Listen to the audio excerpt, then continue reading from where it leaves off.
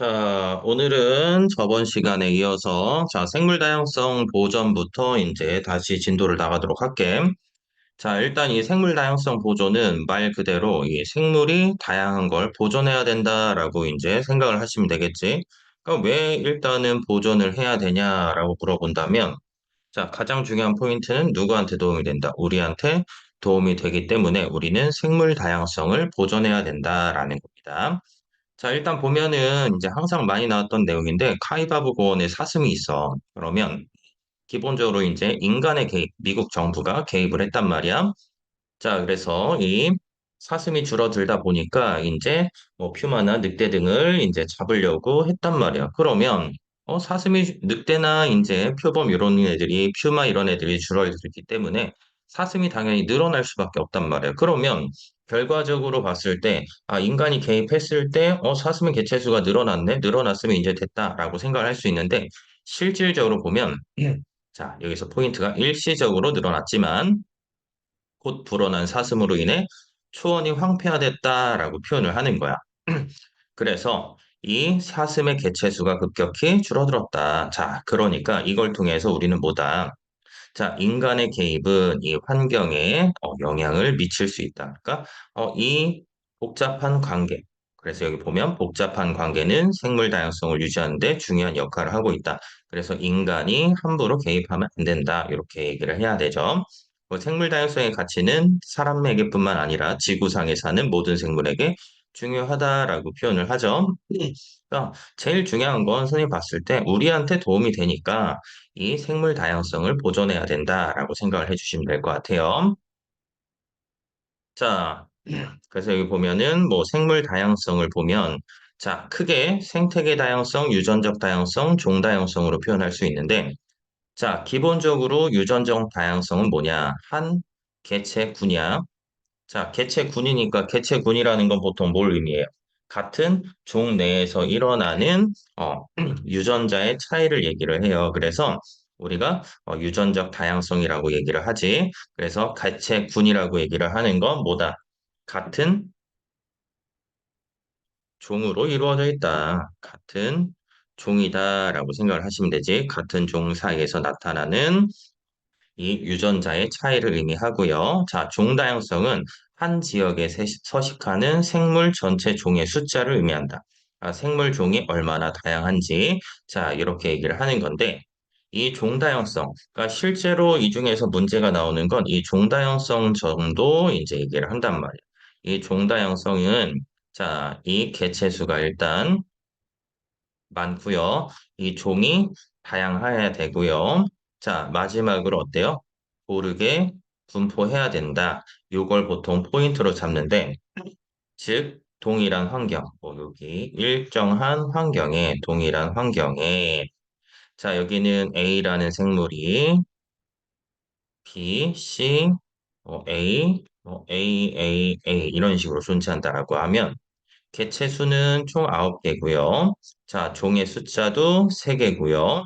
그러면 개체의 숫자 동일하고 이 종의 숫자도 동일해. 근데 이 옆에는 동일하게 A, B, C, C, A, B, 그다음 뭐 B, C, A 이런 식으로 구성이 돼. 그러면 개체 숫자도 9개, 이 종의 숫자도 3개. 그러면 얘네들은 동일하단 말이야. 근데 포인트는 뭐다?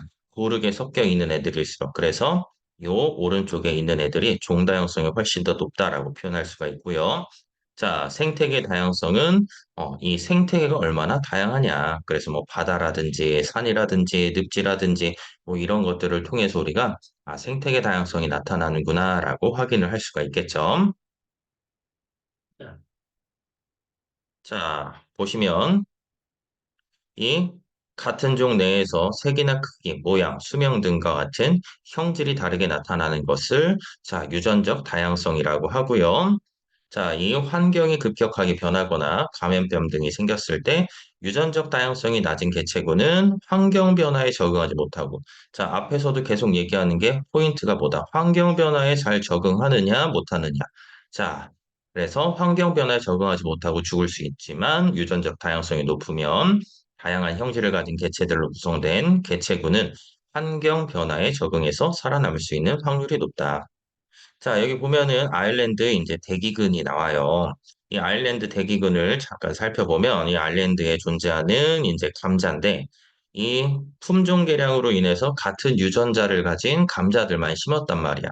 근데 어떤 감자 입마른 병, 이런 병이 발생하니까 저항성을 가진 감자가 없어져 있는 거야. 그래서 감자가 나올 수가 없고요. 감자가 생산이 안 되니까 얘네들이 어때? 기근이라는 건 못 먹어서 죽는 거야. 이 사람들이 어때요? 절반으로 감소가 되었다. 그러니까 어떤 느낌이냐면, 자, 이 어떤 감자가 원래 감자들도 선생님 다 똑같은 감자 아닌가요? 라고 표현할 수 있지만 실제로 보면 감자들 자체도 이제 다양한 종이 있단 말이야. 다양한 유전 정보를 가지고 있어. 뭐 예를 들어서 얘는 1, 2, 3, 얘는 1, 3, 4, 1, 4, 7, 뭐 1, 1, 1, 2, 1, 4, 뭐 3, 1, 9, 뭐 이런 식으로 유전자를 가진 애랑 자, 이 아일랜드에서 이제 품종 개량으로 인해서 거의 같은 유전자를 만들었대. 즉, 자, 감자가 이렇게 있으면 얘네들은 대부분 다 1, 2, 3, 1, 2, 3, 1, 2, 3의 유전자를 가진 감자만 있는 거야.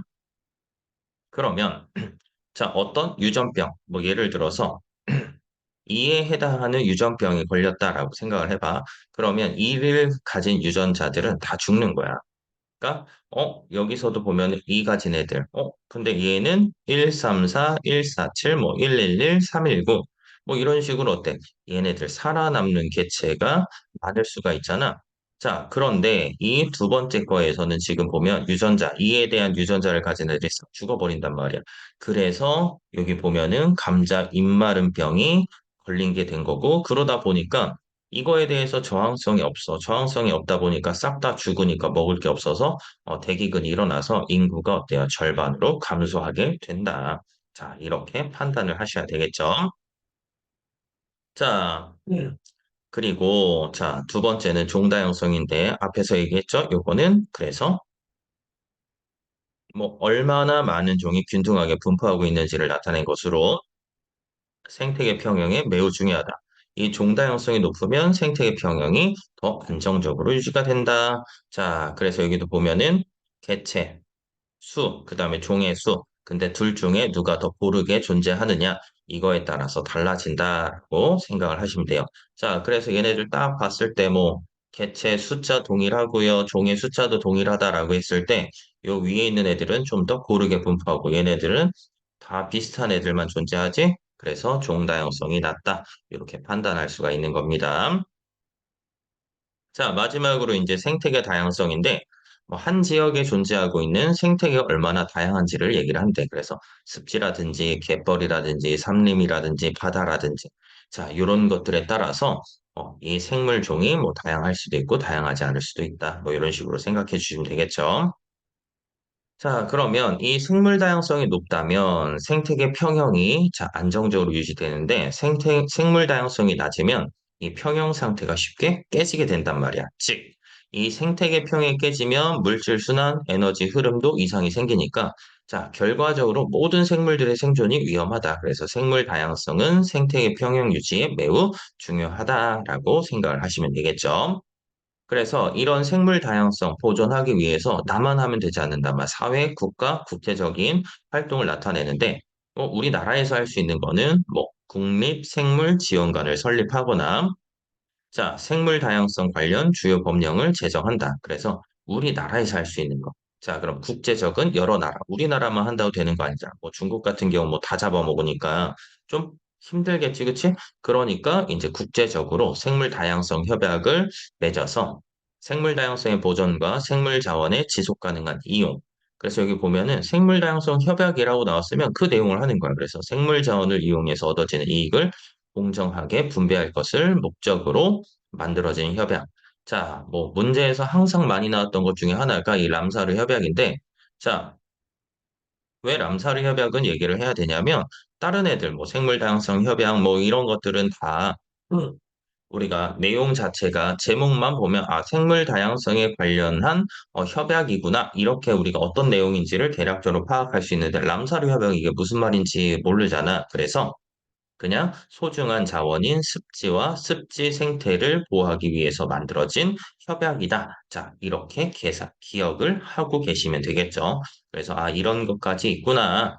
정도, 뭐, 우리 삼성고에서 뭐 크게 다루진 않는데, 아무튼 이런 것들이 있다 정도까지만 기억을 하시면 될 것 같아요. 자, 뭐 요거는 뭐 학교 교과서에 나오는 거 만약에 체크된 부분들이 있으면 우리가 한 번 더 확인해 주시면 될 것 같고요. 자, 뭐 이 생태계 평형을 생태계 다양성 보존을 위해서 우리가 또 노력해야 되는 것 중에 하나가 뭐 생태 통로를 이제 만든다. 생태 통로는 뭔지 우리가 많이 들었으니까 아, 그 정도가 있구나라고 기억만 하시면 될 것 같아요. 자, 그래서 여기 학습 내용 정리, 자, 생물 다양성, 이런 것들. 자, 꼭 한번 보시고요. 자, 여기 보면은, 뭐, 인간과 진화론, 이런 것들은 우리가 보통 교과서에서 선생님들이 한번 얘기해 주셨으면, 이제 한번, 확인을 한번 해 보셔야 되고, 뭐, 아니면은 그냥 넘어가셔도 된다. 이렇게 기억을 하시면 될 것 같아요. 자, 당연히 교과서 평가, 대단원 마무리 문제는 한 번씩 풀어 보셔야 되고요. 여기서도 보면은 뭐 이런 것들 문제는 항상 풀어봐야 되는데 뭐 여기 이런 문제들 같은 경우는 과학적 사고력 이런 것들은 아무래도 이제 문제가 쭉 나와 있잖아요. 그래서 이런 것들을 통해서 우리가 보통 서술형 문제나 이런 것들이 나오는 경우들이 많으니까 여기 과학적 의사소통 능력 이런 것들은 한 번 더 확인을 하셔야 된다라고 기억을 하시면 될 것 같아요. 자, 나머지 뭐 이쪽은 그냥 넘어가셔도 될 것 같고요. 자, 이제 나오는 건 8단원, 이제 마지막 단원이지. 생태계 구성이나 생태계 평형. 자, 여기 보시면 뭐 화성기지에 뭐 이렇게 쭉 나와 있다. 이런 것들이 있는데. 자, 이 미 한국우주공간 뭐 애리조나 연구팀이 개발 중인 화성 농장 시설 조감도 이렇게 쭉 나와 있네요. 자, 그러면 주인공의 생존에 필요한 물질 중 인공 생태가 공급하는 물질을 원에 써넣어 그림을 완성해 보자. 자, 이거 보면은 뭐 여러분들 필기한 거 보면은 뭐 산소도 있어야 되고요, 토양도 있어야 되고요, 뭐 감자, 습도, 물 이런 것들이 존재해야 돼. 그러면 어 감자 생장에 필요한 물질 중 인간을 포함한 인공 생태가 공급해야 되는 물질. 뭐 내가 줄 수 있는 거 빛이 있어야 되고요, 당연히 토양이 있어야 되고요. 그 다음에 여러 가지 영양소들, 그 다음에 물 기본적으로 있어야 되지. 왜냐하면 무기염류가 있어야지 뭐 감자라든지 이런 것들에 생장에 도움을 줄 수가 있으니까. 자, 그러면 결과적으로 이 인간을 포함한 생물주의 환경과 밀접한 관계를 맺으면서 살아갈 수 있는데, 그러니까 인간만 살아가는 게 아니지. 그 주위 환경하고 서로 영향을 맺으면서 살아가는데, 이 생태계는 생물들이 환경으로부터 생존에 필요한 에너지와 물질을 얻고 다른 생물과 상호작용을 한다. 그러니까 상호작용, 서로 영향을 주고받을 수밖에 없단 말이야. 자, 그래서 이 하나의 시스템이라는 단어가 나오지. 근데 환경 오염이라든지 온난화, 그다음에 무분별한 개발, 남획 이런 것들은 이 환경 변화를 일으키게 되니까 종다양성을 감소시켜서 생태계가 파괴가 된단 말이야. 자, 뭐 지구 생태계의 급격한 변화를 막아줘야지만 결과적으로 누구한테 도움이 된다? 우리한테 도움이 된다. 그래서 뭘 해야 되냐? 자, 보시면 뭐 여기 보시면 뭐 담수 호수를 만들기 위해서 쭉쭉쭉 얘기가 나와 있죠. 아, 그냥 이런 게 있나 보다 정도 기억하시면 되고요. 자, 이런 것들을 통해서 우리가 쭉 넘어가면 자, 우리가 이 생태계에서 자, 크게 두 가지 요인을 얘기를 했어. 생물적인 요인과 비생물적인 요인을 포함한 서식지 전체, 생태계라는 거. 자, 그래서 여기를 한번 봅시다. 자, 생물적인 요인은, 자, 같은 종의 집단인 개체군. 개체는 우리가 보통 거꾸로 써야 되겠구나. 개체군. 그 다음에 군집, 그 다음 이런 것들이 모여서 뭘 만든다?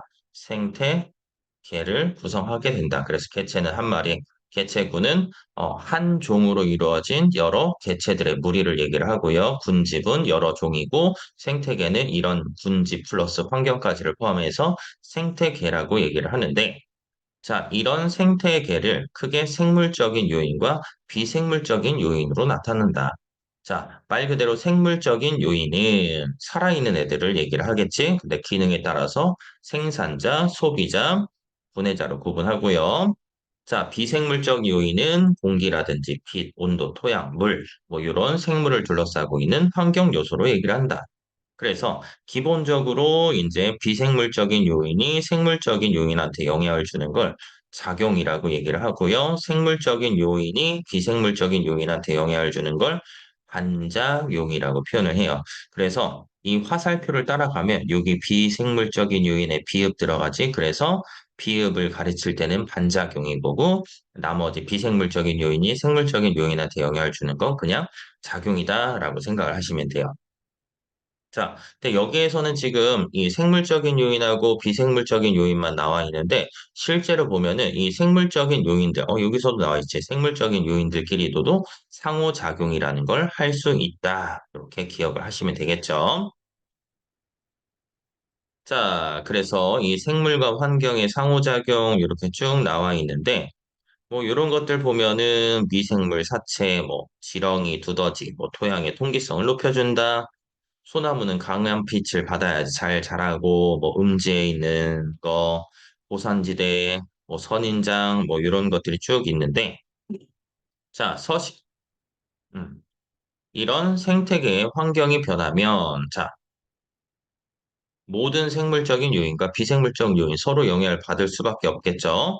자, 그래서, 자, 이런 것들을 잠깐 쭉 보면, 자, 뭐 지역 주민, 뭐 지역 개발자, 환경단체, 과학자, 뭐 이런 것들이 이제 쭉 나오는데 뭐 이건 크게 뭐 어렵게 볼 건 아니고요. 그냥 한번 쭉 읽어보기만 하시면 될 것 같아요. 자, 인간 활동으로 인해 자, 생물종이 다양하게 다양성이 감소하면 바다 생태계가 안정될 거냐? 뭐 당연한 말을 하고 있지. 안정되지 않겠죠. 자, 뭐 앞에서는 사실 우리가 문제에서 보면은 이 환경적인 요인하고 이 생물적인 요인과 비생물적인 요인에 대해서 서로 영향을 주는 거. 간단하게만 정리하면 아이고.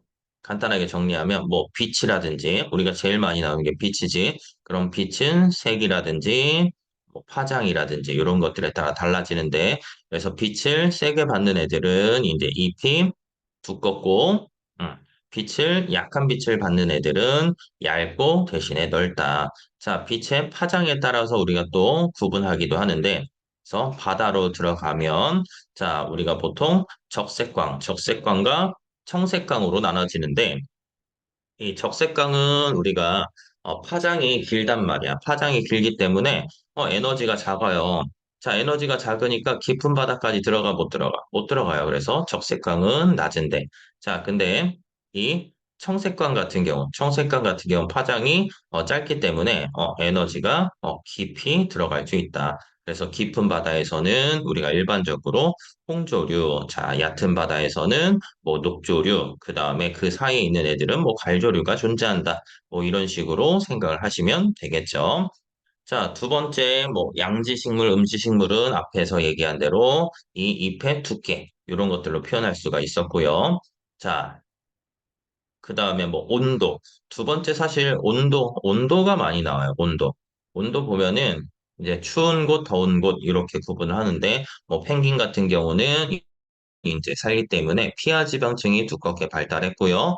자, 많이 나오는 건 사막여우냐 아니면 어, 북극여우냐. 보통 이렇게 두 가지로 얘기를 해요. 그래서 북극여우는 몸집이 크고요. 이 귀 같은 말단 부위가 귀나 꼬리와 같은 말단 부위가 작다. 사막여우는 뜨거운 환경에서 잘 자라야 되기 때문에 귀가 크고 몸집이 상대적으로 작다. 쥐새끼 아니에요.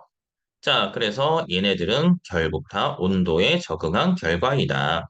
자, 그다음 뭐 물에 사는 애들은 뭐 뿌리나 줄기 같은 관다발이 잘 발달되어 있지 않죠. 자, 그 다음에 이제 사막에 사는 생물들 같은 경우는 이제 저수 조직이 잘 발달돼 있고 잎이 가시로 변했다.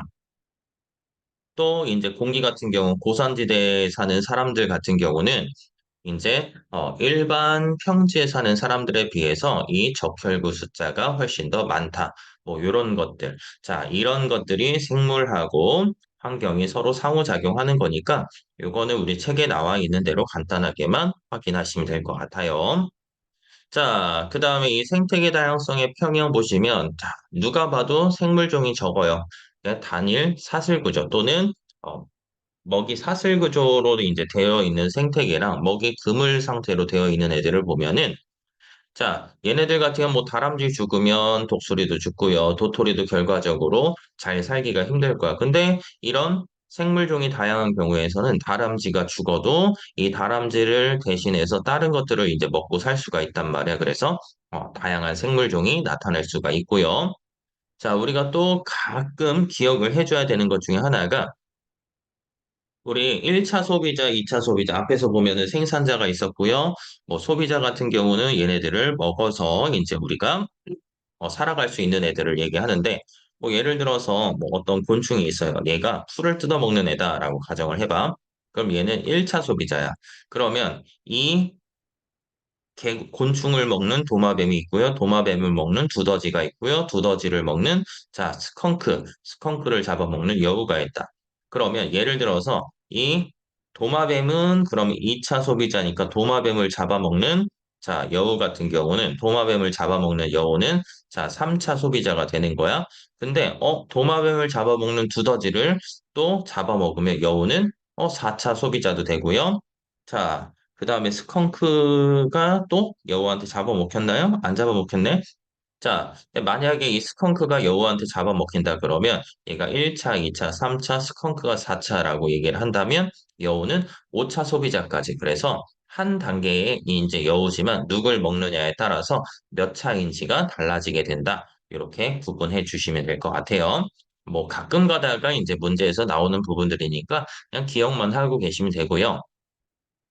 자, 어쨌거나 우리가 이쪽에서 보면은 생물종이 적을 때는 생태 평형 유지하기 어렵고요. 이 생물종이 다양할 때는 이 생태계 평형을 유지하기에 좋다. 자, 요 정도로 기억하시면 되겠죠. 자, 그래서 자, 이런 생물종들이 자, 다양하면 다양할수록 자, 생태계 평형을 유지하는 데 도움을 많이 주는데 자, 왜냐하면 이 일반적으로 이제 종 다양성이 높으면 먹이 그물이 복잡하게 얽혀 있기 때문에 개체수 변화가 일어나도 다른 종이 역할을 대신할 수 있다. 그러니까 비교적 안정된 생태계를 만들 수 있다라는 거고, 자, 먹이 그물이 단순한 곳에서는 뭐 특정 종의 절멸이나 외래종의 도입과 같은 외부 충격이 있을 때 평형을 유지하지 못하고 파괴되기가 쉽다. 그러니까 즉 먹이 그물을 이루는 모든 생물이 영향을 받고 먹이 사슬을 통한 물질의 순환이나 에너지 이동에도 변화가 생기게 된다. 자, 생태계에서 일반적으로 포식자보다 피식자의 수가 더 많고요. 자, 생태계에서 먹이 사슬의 수량적 관계를 자, 생산자를 맨 아래에 두면 자, 이렇게 생태 피라미드 상태로 나오는데 이 생태 피라미드는 건강한 생태계 만드는 생태 피라미드는 생태를 구성하는 생물 종이나 개체 수가 큰 변화 없어서 일정한 상태를 유지하게 되는 생태계 평형을 이루게 된다. 그래서 얘네들도 보면은 자, 먹는 애들 식물성 플랑크톤 자, 이런 그림은 우리가 많이 봤어요. 흙속은 잘 안 나오지. 그렇지만 낙엽, 생산자, 날벌레, 1차, 2차, 3차 뭐 이런 식으로 나올 수가 있겠고요. 자, 이 바닷속 같은 경우는 우리 책에는 뭐 일반적으로 문제집 그림에서는 많이 안 나왔던 것들인데 그냥 식물 플랑크톤을 잡아먹는 건 동물이고 동물 플랑크톤을 먹는 뭐 정어리, 얘네를 먹는 연어, 가다랑어, 상어 뭐 이런 식으로 되어 있다라고 계산을 생각을 해 주시면 되고요.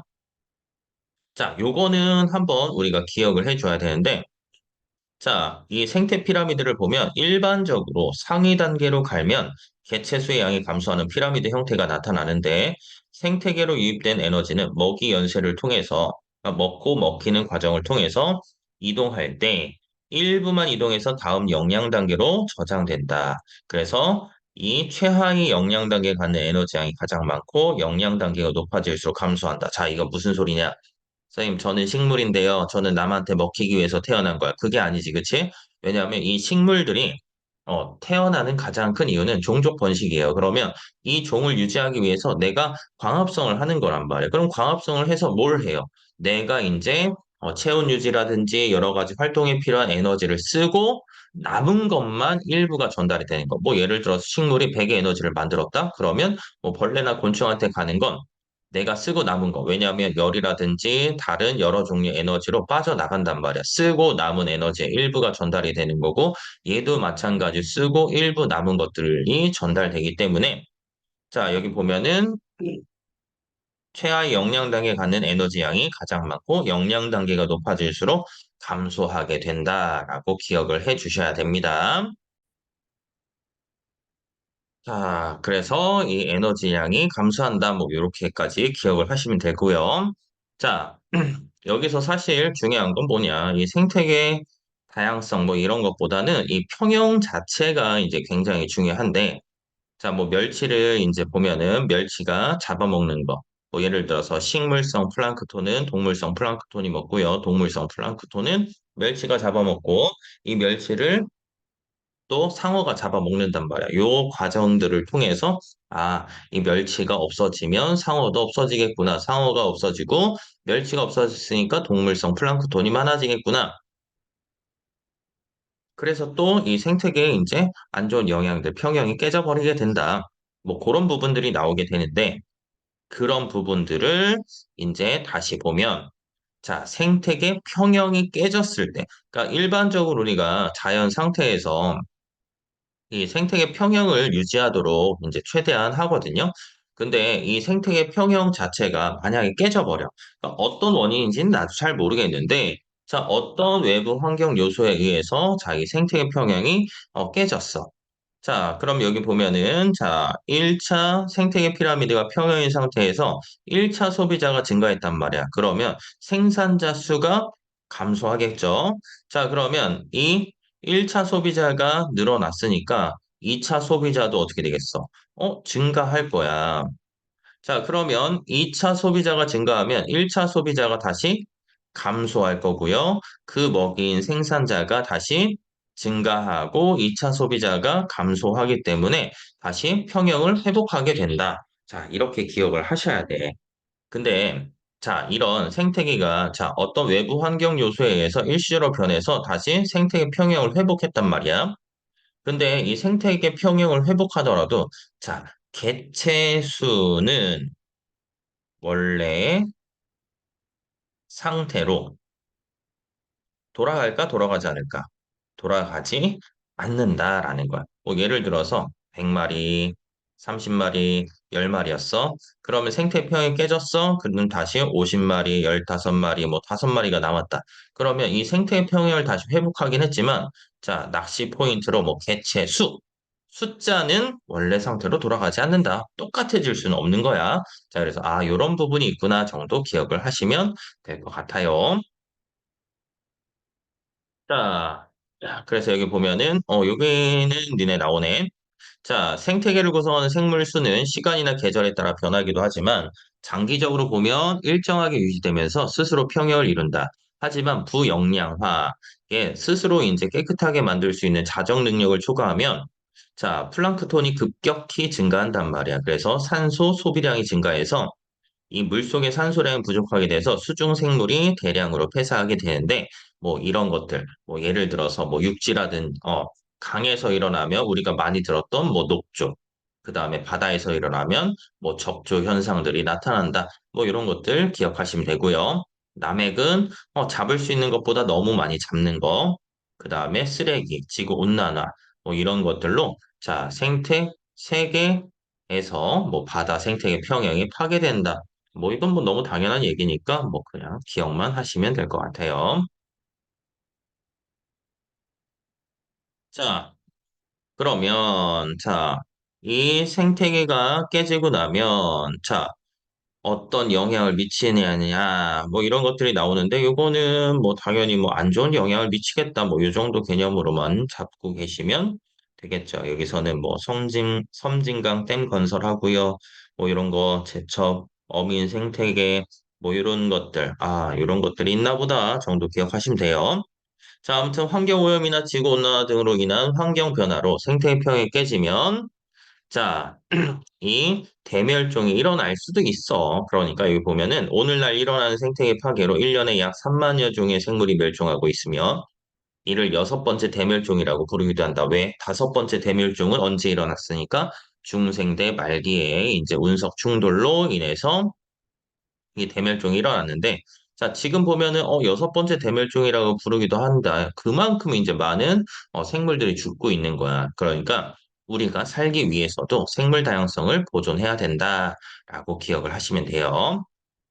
자, 나머지 거에서 일단 보시면 여기는 우리가 뭐 많이 나와 있네요. 미국 키시미강. 그래서 얘네들은 수로를 개발하자 수질이 약화되고 악화되고 자 얘네 사라졌는데 얘를 복원하니까 자 어떻게 됐다 다시 좋아진다 그 다음에 이제 외래종 그 다음에 뭐 여기 보면은 수목원 자 그 다음에 용늪 자 요런 것들을 우리가 이제 생태계 평형을 회복하기 위해서 노력해야 된다 뭐 그 정도 자, 그러면 이런 생태계 평형이 일어났고요. 자, 우리나라 기후변화 이렇게 쭉 보면은, 자, 온난화 때문에 사실 여러 가지 것들이 일어나죠. 자, 여름은 길어지고요. 이제 봄, 가을 짧아지고 겨울도 짧아진다.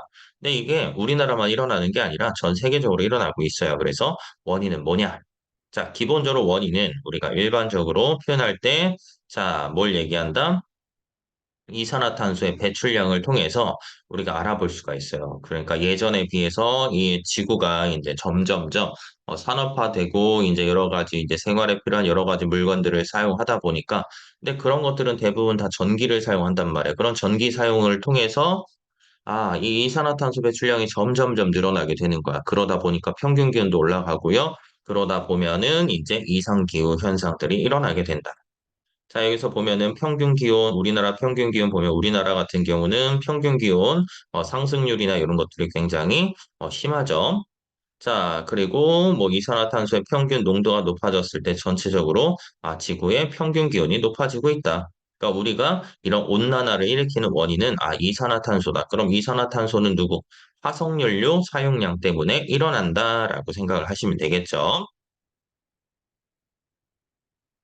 자, 그래서 지구 온난화 때문에 봄꽃 개화식이 빨라지고 북극곰 멸종, 뭐 이렇게 섬나라 같은 경우 바닷물에 잠기고 이제 빙하가 녹고 있다.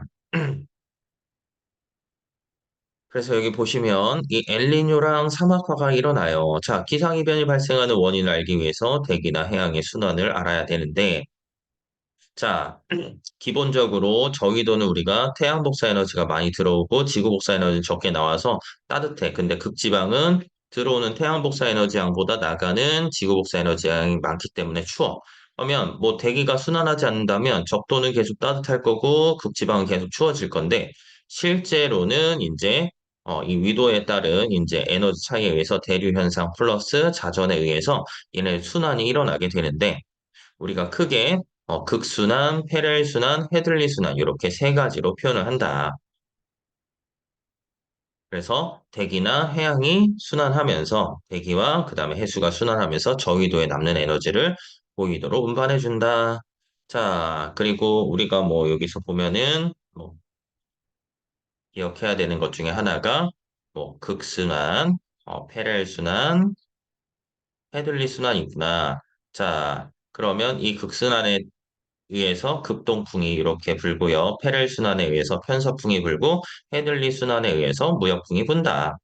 자, 그러면 이 헤들리 순환에 의해서 북적도, 이 무역풍에 의해서 북적도, 남적도 해류. 자, 페렐 순환에 의해서 북태평양 해류.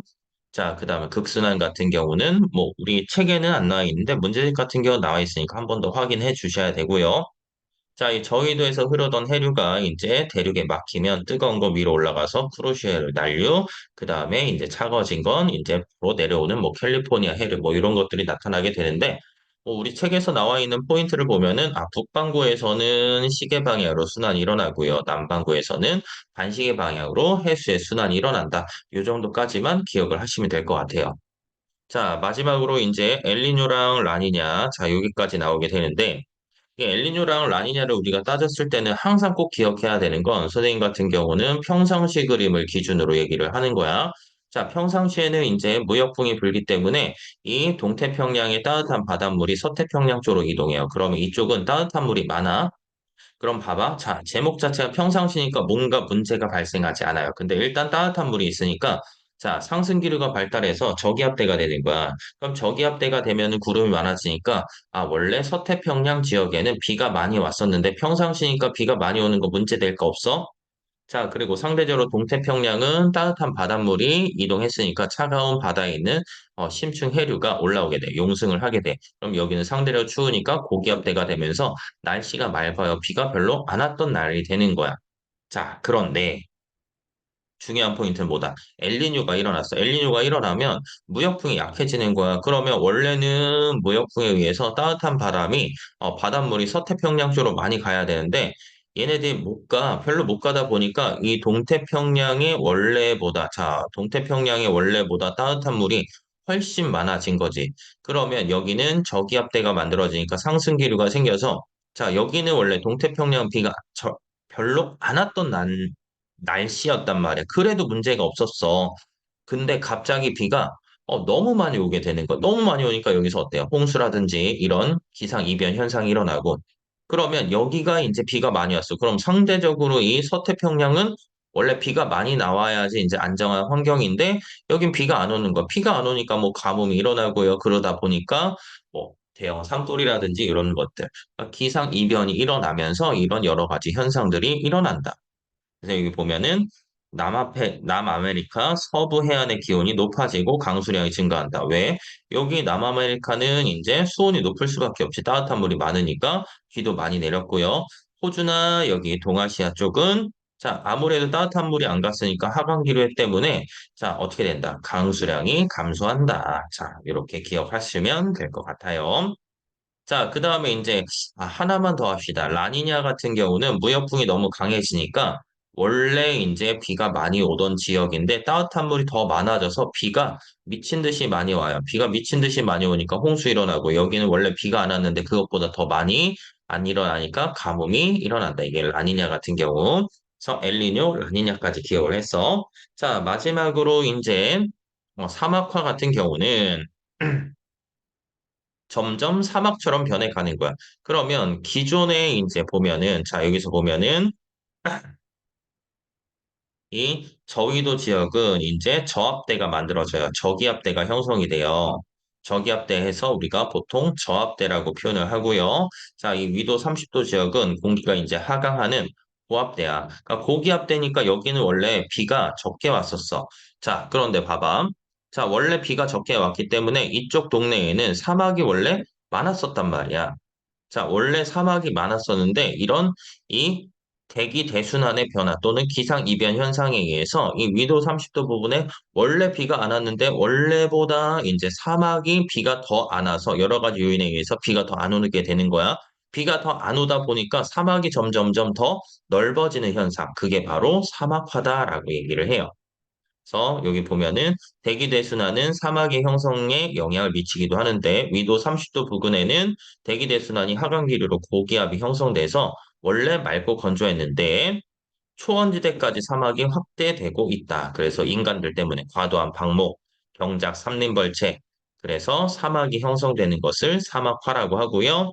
이런 것들이 더 일어났기 때문에 이제 뭐 난민이 발생한다. 그다음에 우리 생활에 피해가 일어난다. 그래서 이런 국가들이 사막화 방지 협약과 같은 국가 간의 협약을 통해서 사막화 방지를 위해서 노력해야 된다. 뭐 이런 내용들을 가지고 있겠죠. 자, 그러면 뭐 이런 기후 변화로 미래 환경 변화 어떻게 변하냐? 자, 이것들 쭉 보시면 나머지 내용들은 여러분들 한번 쭉 살펴만 보시면 될 것 같습니다. 자, 오늘 이 부분들은 여기서 마무리하도록 할게요. 뒷부분은 여러분들 한 번만 더 확인해 보시면 될 것 같아요.